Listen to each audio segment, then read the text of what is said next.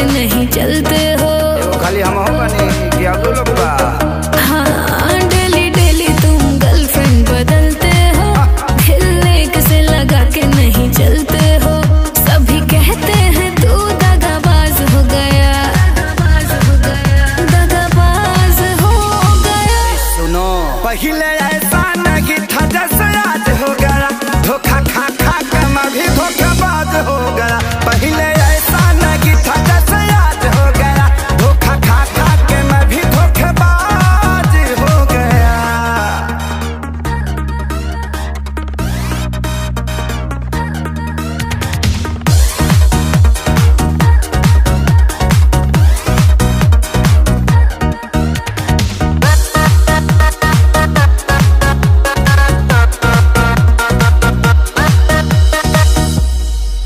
लड़के भी लड़कियों को फंसाते हैं, सब पाते ही वो छोड़ जाते हैं। हम अकेले पाते हैं क्या?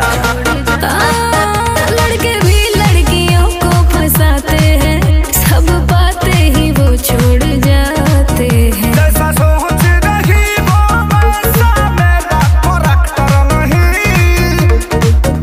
आम आदमी हूँ मैं, कोई फिल्मी एक्टर नहीं। बात वायरल है तू छोरी बाज हो गया। अरे क्या सुन रही हूँ तेरे बारे में यार, बोल।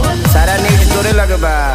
पहले ऐसा नहीं था जैसे आज हो गया, धोखा खा खा के मैं भी धोखेबाज हो गया। पहले ऐसा नहीं था जैसे आज हो गया, धोखा खा खा के मैं भी धोखेबाज हो गया।